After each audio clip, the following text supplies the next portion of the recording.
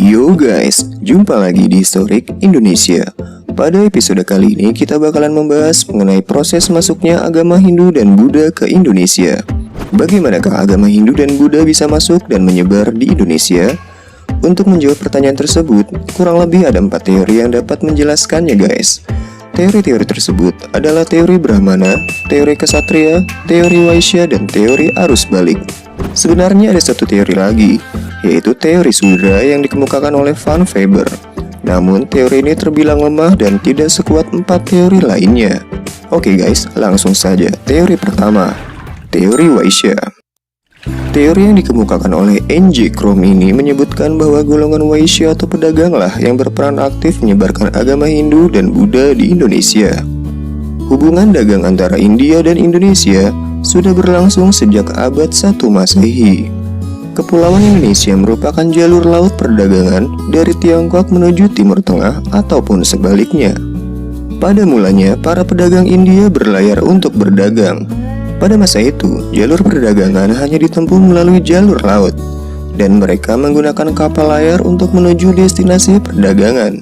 Hal ini menyebabkan mereka bergantung pada musim angin dan kondisi alam. Bila musim angin tidak memungkinkan, maka mereka akan menetap lebih lama dan menunggu musim yang baik. Sembari menunggu angin laut yang membantu pelayaran menuju kampung halamannya di India, para pedagang India pun singgah beberapa bulan di Indonesia.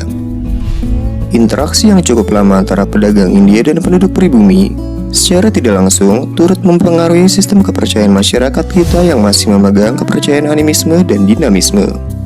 Para pedagang tersebut memperkenalkan agama Hindu maupun Buddha ke masyarakat pribumi.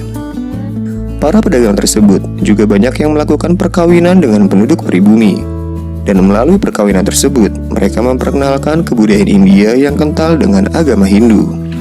Meskipun teori ini cukup kuat, namun juga ada beberapa sanggahannya guys. Yang pertama adalah golongan Vaishya ini tidak dapat menguasai bahasa Sanskerta dan huruf Pallawa, di mana bahasa dan huruf tersebut digunakan pada kitab Weda. Kitab Weda hanya mampu dibaca oleh golongan Brahmana.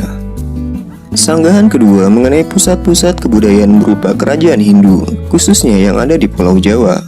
Jika disebarkan oleh para pedagang, maka seharusnya pusat kebudayaan Hindu dan Buddha ada di pesisir. Namun, fakta menunjukkan kerajaan Hindu letaknya di pedalaman Pulau Jawa. Teori Brahmana. Teori ini dikemukakan oleh J.C. van Leur.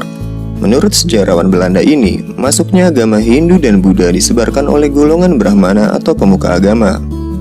Menurut van Leur, para Brahmana datang dari India ke Indonesia atas undangan pemimpin suku dalam rangka melegitimasi atau meresmikan diri mereka sehingga setaraf dengan raja-raja di India.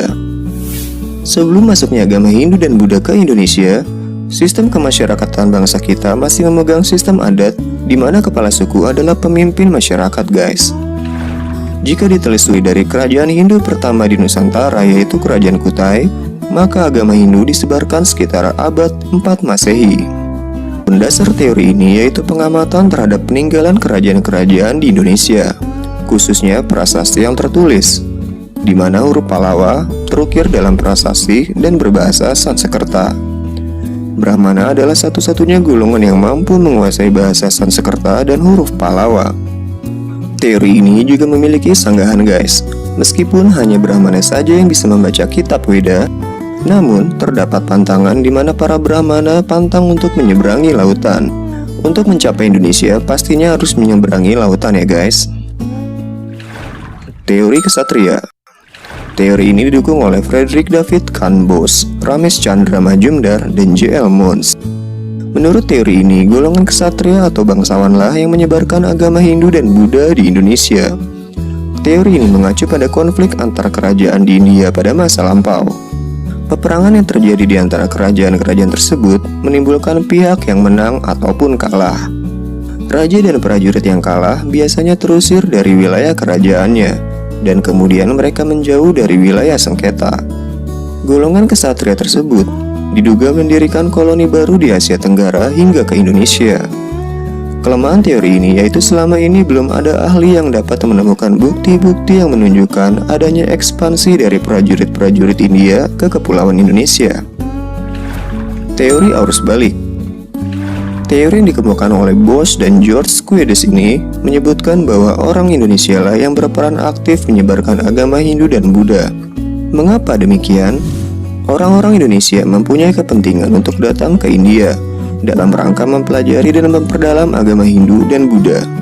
Hal ini tertuang dalam prasasti Nalanda yang menyebutkan bahwa Raja Balaputra Dewa dari Sriwijaya telah meminta kepada Raja di India untuk membangun wihara sebagai tempat menimba ilmu pelajar-pelajar dari Sriwijaya.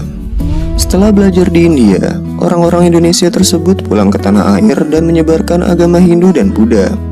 Mereka itu terdiri dari kaum terpelajar yang mempunyai semangat untuk menyebarkan agama Buddha. Kedatangan mereka disambut baik oleh tokoh masyarakat setempat. Demikianlah pembahasan mengenai proses masuk dan berkembangnya agama Hindu dan Buddha di Indonesia. Semoga dapat bermanfaat bagi kita semua. Sampai bertemu di episode berikutnya.